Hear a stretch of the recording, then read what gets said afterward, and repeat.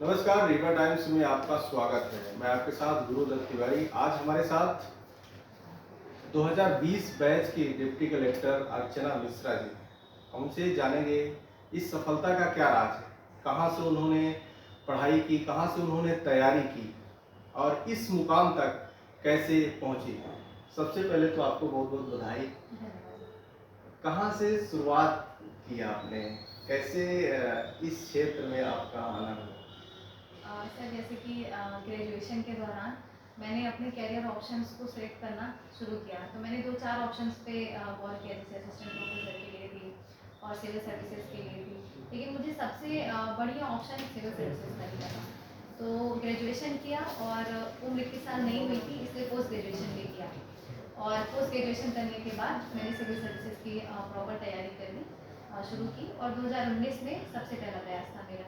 इसमें मेरा mains qualify नहीं हो पाया था, प्री मैंने दिया था और मेंस भी दिया, मेंस क्वालिफाई नहीं हुआ और 2020 में मेरा दूसरा प्रयास था, जिसमें सफलता मिली। इसने अपना दूसरा अटेम्प्ट आपने जी। 8 रैंक लगी आपकी जी। मध्य प्रदेश में। जी। अच्छा, स्कूल शिक्षा कहाँ से हुई आपकी? सरस्वती शिशु मंदिर, नेहरू नगर। अच्छा, नेहरू नगर से। कब आपने पढ़ाई की थी? 2013। 2013 बैच आउट किया। जी। और उसके बाद graduation? Government model science college. अच्छा, इसके आप किसको मार्गदर्शन मानते हैं, इसका श्रेय किसको देना चाहेंगे? श्रेय मैं अपने माताजी और पिताजी को, अपने गुरुजनों को और अपने सभी साथियों को देना चाहती हूँ, क्योंकि उनके सहयोग के बिना मेरे माता पिता जब मुझे मोटिवेट नहीं करते पढ़ाई के लिए, तो शायद मैं आती ही नहीं, ग्रेजुएशन करके और घर बैठ जाती। और गुरुजनों के लिए, क्योंकि उन्होंने ही राह दिखाई है। और मेरे दोस्त कहीं ना कहीं मेरे मेंटोर की तरह रहे हैं। मेरे कुछ 2-4 दोस्त ऐसे हैं जिन्होंने ना सिर्फ दोस्ती के तौर पे साथ दिया, बल्कि एक मेंटर बन के मुझे समझाया, सिखाया। इवन आंसर राइटिंग तो पूरी ही उनका श्रेय जाता है, मेरे दोस्तों का। अच्छा, तो कहाँ से आपने कोचिंग ली थी शुरुआती दौर में? मैंने प्री के लिए रीवा से ही कोचिंग ली थी, उसके बाद मेंस और इंटरव्यू मैंने इंदौर से किया है। लगभग कितने घंटे की पढ़ाई आप करते थे? सर घंटे का तो इतना नहीं डिसाइड रहता है, टॉपिक डिसाइड करते हैं हम, कि ये टॉपिक इतने दिन में हो जाना चाहिए। और कभी छोटे टॉपिक रहते हैं तो वो जल्दी हो जाते हैं, कभी बड़े टॉपिक रहते हैं तो ज़्यादा समय लग जाता है। लेकिन फिर भी एक एवरेज देखें तो फिर भी 8 घंटे कम से कम रोजाना की पढ़ाई रहती है। नहीं, जो अभी वर्तमान में पढ़ाई कर रहे हैं, जो प्री और मेंस की तैयारी कर रहे हैं, जी। जो छात्र हैं, ये बैठेंगे कि मुझे इतने घंटे पढ़ना है, ये टॉपिक डिसाइड न करके घंटे गिनना शुरू कर देते हैं, तो इनको क्या आप मैसेज देना चाहेंगे? सर मैं मैसेज यही देना चाहती हूँ कि आप टॉपिक ही डिसाइड करें, क्योंकि कभी ऐसा होता है कि हम घंटे डिसाइड करके बैठते हैं, हमारा टॉपिक अधूरा रह गया और हम सोचते हैं कि आज हमारा 10 घंटे का टारगेट था, ये पूरा हो गया, तो हम टॉपिक को अधूरा ही छोड़ दें। लेकिन अगले दिन हमें फिर से उसी 10 घंटे उस टॉपिक को पढ़ना पड़ जाता है, क्योंकि हमने उसको अधूरा छोड़ दिया था। शायद हमने कल पूरा कर लिया होता तो हमें शुरुआत नहीं करनी होती, हमें सिर्फ रिवाइज करना होता। इसलिए टॉपिक डिसाइड करने का मुझे ज़्यादा बेहतर लगता है, बाकी घंटे में डिसाइड किया जा सकता है। तो आपने किस कोचिंग से पढ़ाई की थी इंदौर में मेंस के लिए? मेंस में मैंने CMICS में एडमिशन लिया था और मैं बहुत कम समय के लिए गई हूँ, केवल कुछ लेक्चर्स मैंने लिया है, बाकी मैंने खुद से ही तैयारी की। मतलब 2019 और 2020 में 2019 में मैंने कहीं नहीं ली है। अच्छा, सेल्फ स्टडी। जी, मेंस की कहीं नहीं ली है। प्री के लिए मैं रीवा में ही तैयारी कर रही थी। 2020 में मैंने प्री के लिए कहीं नहीं ली और मेंस के लिए मैंने वहाँ एडमिशन जरूर लिया था, लेकिन मैं कुछ ही समय गई। वर्तमान समय में आप कौटिल्य एकेडमी में पढ़ा रही हैं। जी। लगभग कितने दिनों से यहाँ पे आप मार्गदर्शन दे रही हैं छात्रों को? सर ये 12 तारीख से, लास्ट सितंबर 12 से। ये मेंस के लिए आप यहाँ दे रही प्री हैं? और मेंस का कंबाइंड बैच है, दोनों को मैं दोनों तरीके से पढ़ाती अच्छा, तो अभी हाल ही में आने वाली है प्री की, हूँ। जी। तो इसमें छात्रों के लिए क्या मैसेज देना चाहेंगी जो अभी तैयारी कर रहे हैं? समय कम है उनके पास, क्योंकि मेंस अब जल्दी होने वाले हैं। बिल्कुल। इसको क्या कहना चाहेंगी जो भी इंदौर या पूरे मध्य प्रदेश में इसका तो हब इंदौर ही मानते हैं, ज़्यादातर वहीं लड़के हैं, तो क्या मैसेज देना चाहेंगे? सर मैं यही मैसेज देना चाहूँगी कि 10 यूनिट में डिवाइड है पूरा प्री का सिलेबस, सभी यूनिट को बराबर तवज्जो दें, तो छोटी यूनिट से हमको रोज़ रिवाइज करें और पूरी कोशिश करें कि ज़्यादा से ज़्यादा क्वेश्चन पेपर सॉल्व हो, टॉपिक पे पकड़ मजबूत हो, तो किसी भी तरीके से अगर प्रश्न पूछेगा, अगर सीधा नहीं भी पूछता है, घुमा फिरा कर पूछता है, तो हम हल कर पाएंगे। और मेंस के लिए क्या कहना चाहेंगे? मेंस के लिए मैं यही कहना चाहूँगी, जब से प्री की तैयारी शुरू करें तब से मेंस की तैयारी शुरू हो जानी चाहिए। मेरे मामले में यही गलती हुई थी कि मैंने प्री अलग पढ़ा फिर मेंस अलग पढ़ा, इसीलिए मुझे पहले मेंस में सफलता नहीं मिली।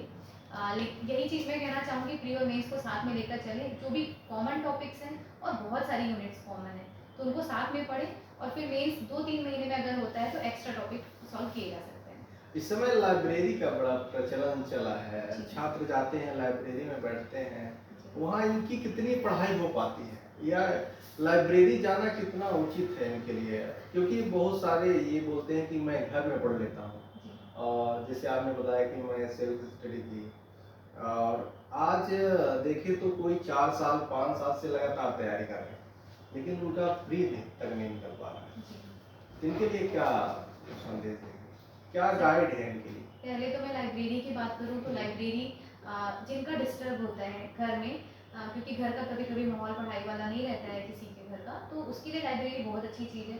बाकी जिसके घर का माहौल अच्छा है, जो घर में शांति से पढ़ सकता है, वो घर में भी कर सकता है, तो लाइब्रेरी ऐसी कंपलसरी चीज़ नहीं है। उन लोगों के लिए बहुत अच्छा एक वरदान मैं कहूँगी जिनका डिस्टर्ब होता है। और दूसरा सवाल? दूसरा सवाल, जैसे घर में पढ़ नहीं पा रहे हैं, ठीक, और ये जो 4 से 5 साल से तैयारी कर रहे हैं, तो इनको क्या आगे भी तैयारी करनी चाहिए, एक वहीं से इनको रास्ता बदल देना चाहिए? रास्ता तो नहीं बदलना चाहिए, लेकिन अपनी पिछली नाकामियों पे गौर जरूर करना चाहिए। हमने क्या कमी की थी कि जो हम सफल नहीं हो पाए। अगर हम बार बार उन चीज़ों को सोचते रहेंगे तो हम ये जरूर सोच लेंगे कि हमारे अंदर क्या कमी है, और फिर उनमें सुधार करके खुद को एक मौका जरूर दें। अगर फिर भी आपको ऐसा लगता है कि नहीं हो पाएगा, तो फिर आप दूसरा ऑप्शन देख सकते हैं। क्योंकि 5 साल तैयारी करना बहुत समय हो जाता है। जी, एक बिल्कुल। किसी भी, अगर वो 25 साल की उम्र में तैयारी करना शुरू कर दिया, इसके पहले से कर रहे हैं, वो 30 तक में उनकी तैयारी तक उनका सिलेक्शन प्री तक में नहीं हो पाता, जी। और फिर अंत में जाकर वो तो कहीं ना कहीं सुसाइड कर लेंगे, या फिर कुछ भी ऐसी परिस्थितियां आ जाती हैं कि एक सुसाइड नोट मिलता है उन छात्रों का कि माफ़ करिए, मैं तैयारी नहीं कर पाया, ऐसा वैसा।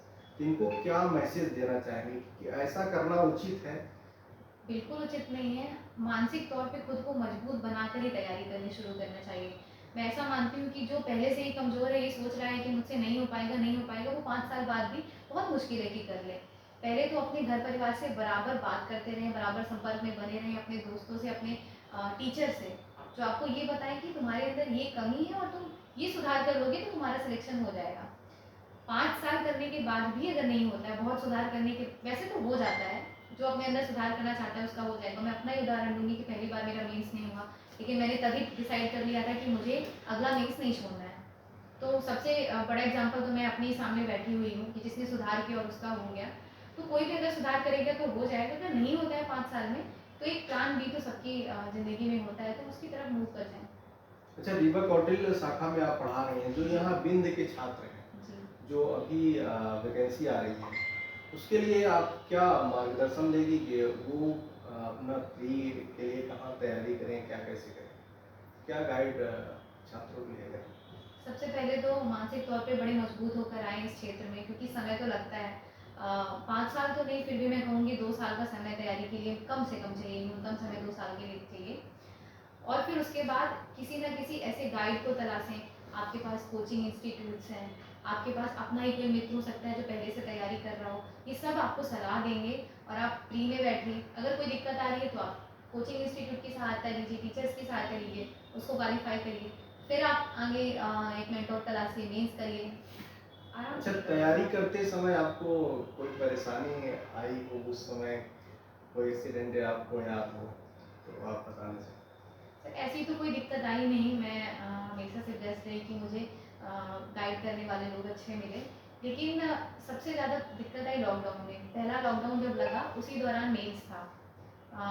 2021 में मार्च 2021 में मेंस हुआ है, और 2020 पूरा ही लॉकडाउन में बीत गया था। तो उस टाइम पे ऑनलाइन स्टडीज़ ग्रोथ कर रही थी, लेकिन सबके पास अवेलेबल नहीं थी, जैसे मेरे पास भी अवेलेबल नहीं थी। अनअकैडमी मैंने लास्ट में लिया था, तो वो मुझे दौर बड़ा बेकार लगा था, और बहुत मेरा मोटिवेशन डाउन भी हुआ था।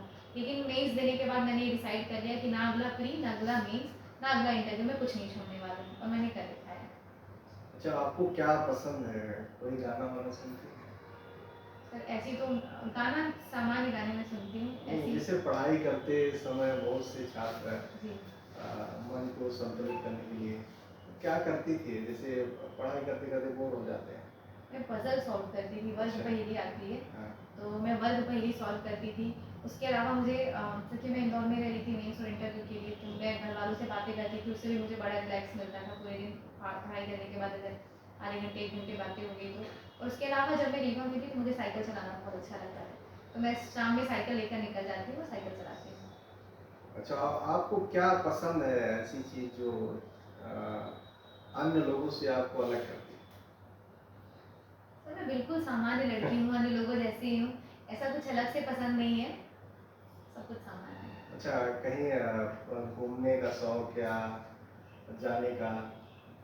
घूमने फिरने का शौक है, लेकिन ये मेरी हॉबी नहीं है, मतलब ऐसा कंपल्सरी नहीं है कि मुझे कहीं जाना ही हो। अच्छा, इंटरव्यू के दौरान आप ऐसा कोई सवाल जो चलते रहते हैं कि हाँ इस तरह के सवाल पूछे जाते हैं, तो वहाँ भी कुछ आप अगर अनुभव शेयर करें। इंटरव्यू में सबसे ज़रूरी चीज़ होती है, आपसे डेफ भरवाया जाता है, डिटेल एप्लीकेशन फॉर्म कहते हैं, और पूरा इंटरव्यू उसी पे चलता है। उसकी एक एक छोटी से छोटी, जैसे आपके रोल नंबर से वो शुरू होगा, आपका एप्लीकेशन नंबर, रोल नंबर, आपका नाम, आपके पिता का नाम, आपका पता, वो एक एक शब्द को पकड़ते हैं। तो पहले तो पूरा डेफ तैयार कर लें। डेफ में ही अपने ग्रेजुएशन, पोस्ट ग्रेजुएशन, अपने स्कूल का विवरण होता है पूरा, तो अपनी सब्जेक्ट तैयार कर लें, जो भी आपने किया हो पीजी तक में या यूजी तक में। और उसके अलावा कुछ सामान्य क्वेश्चन रहते हैं, जैसे आप सिविल सर्विस में क्यों आना चाहते हैं, कौन सी बात है जो आपको बाकी कैंडिडेट से अलग करती है, हम आपको ही क्यों सिलेक्ट करें। ऐसे सामान्य सवाल होते हैं जो सबके अलग अलग आंसर होते हैं, अपना तैयार करते हैं। अच्छा, आपसे कितने सवाल पूछे गए थे इंटरव्यू? मुझसे कंटिन्यू सवाल पूछे गए थे तो 30 के लगभग तो रहे होंगे। 30? जी। तो कोई ऐसा सवाल हो जिसमें आप विचलित हो गए हों या सवाल का जवाब देना मुश्किल पड़ गया? वैसे तो बहुत सामान्य सवाल पूछे जा रहे थे, योजनाओं से संबंधित थे, और नीति आयोग, योजना आयोग, लेकिन एक मैम थी डीएवी की वाइस चांसलर थी, उन्होंने बहुत कठिन कठिन सवाल मुझसे पूछे थे, जो मुझे कठिन लग रहे थे, उनके लिहाज से सही हो रहे होंगे, सरल रहे होंगे, तो मैंने कह दिया था कि मैम मुझसे नहीं आ रहा है। मुझसे कंटिन्यू 2-3 क्वेश्चन नहीं बने थे, तो उन्होंने मुझसे रिलैक्स करवाया कि कोई बात नहीं, नहीं आ रहा है। उन्होंने उसका आंसर भी बताया और बोला कि ऐसे ही बात करो जैसे तुम अपने घर में माता पिता से बात करती हो। तो ऐसी कोई दिक्कत नहीं हुई, उसके बाद सारे सवालों का जवाब मिल गया। 30 सवालों का सवाल आपने लगभग। हाँ। तो कोई एक आध सवाल हमारे दर्शकों को बताइए जो सबसे पहले तो मुझसे योजनाएं पूछी गई थी कि आप कृषकों की आर्थिक स्थिति सुधारने के लिए जो भारत सरकार और मध्य प्रदेश सरकार द्वारा योजनाएं चलाई जा रही हैं, आप उनको बताइए। और फिर उसके बाद मुझे कई वर्ग बताए कि महिला, युवा, बच्चे, विकलांग, दिव्यांग जो हैं, उनसे संबंधित योजनाएं जो चल रही हैं, उनमें से किसी 2 वर्ग की योजनाएं आप बताइए। वो मैंने बताया। योजना आयोग, नीति आयोग में अंतर पूछा, योजना आयोग क्यों बंद किया गया, उसकी जगह पे नीति आयोग लाया गया, ये पूछा। और फिर महिला सर ने भी सवाल किए कि सिविल सर्विस में क्यों आना चाहती हो, ऐसे कौन से गुण हैं जिसमें हम तुम्हें प्रायोरिटी दें बाकी कैंडिडेट्स के मुकाबले। और मैम ने भी पूछे थे, इक्विटी और इक्वालिटी में अंतर पूछा था। और उस टाइम पे कुछ योजनाएं चल रही थी, उसका नाम अभी तक मुझे नहीं मिल पाया है, वो योजना पूछी थी। और चौथे मेंबर ने पूछा था कि अच्छा, कितने रविंद्र लोगों की टैगोर। टीम रहती है इंटरव्यू पैनल में? सामान्यतः 3 मेंबर्स रहते हैं, लेकिन मेरे बोर्ड में 4 मेंबर्स थे उस दिन। ऐसा क्यों? ऐसा कुछ हो जाता है, मतलब किसी भी दिन किसी में 4 रहते हैं, किसी में 3 रहते हैं, हर रोज मेंबर्स बदलते रहते हैं। तो इंटरव्यू पैनल में 3 लोगों की टीम रहती सामान्यतः है और अतिरिक्त बुला लेते हैं वो। हाँ, एक आध एक्स्ट्रा हो जाते हैं, लेकिन 5 लोग तो मैंने किसी में बोर्ड अच्छा, में। इंटरव्यू देने के बाद कैसा आपको लगा कि सिलेक्शन होगा या नहीं होगा? क्या अनुभव रहा वहाँ का? सर इंटरव्यू देने के बाद मैं बहुत आश्वस्त थी कि मेरा इंटरव्यू अच्छा गया है, क्योंकि मैंने जितने भी मॉक इंटरव्यू दिए हैं तो सबसे अच्छा मेरा मेन इंटरव्यू रहा मॉक इंटरव्यूज़ के मुकाबले। तो ये चीज़ तो मुझे था कि मुझे इंटरव्यू में ठीक ठाक नंबर मिलेंगे। मेंस के लिए स्पेशली थर्ड पेपर जो साइंस का होता है वो बहुत अलग आया था 2020 में, तो इसके लिए मुझे बहुत डर लग रहा था। बाकी मुझे ये था कि अगर मेरा थर्ड पेपर निकल गया तो मेरा सिलेक्शन होगा ज़रूर।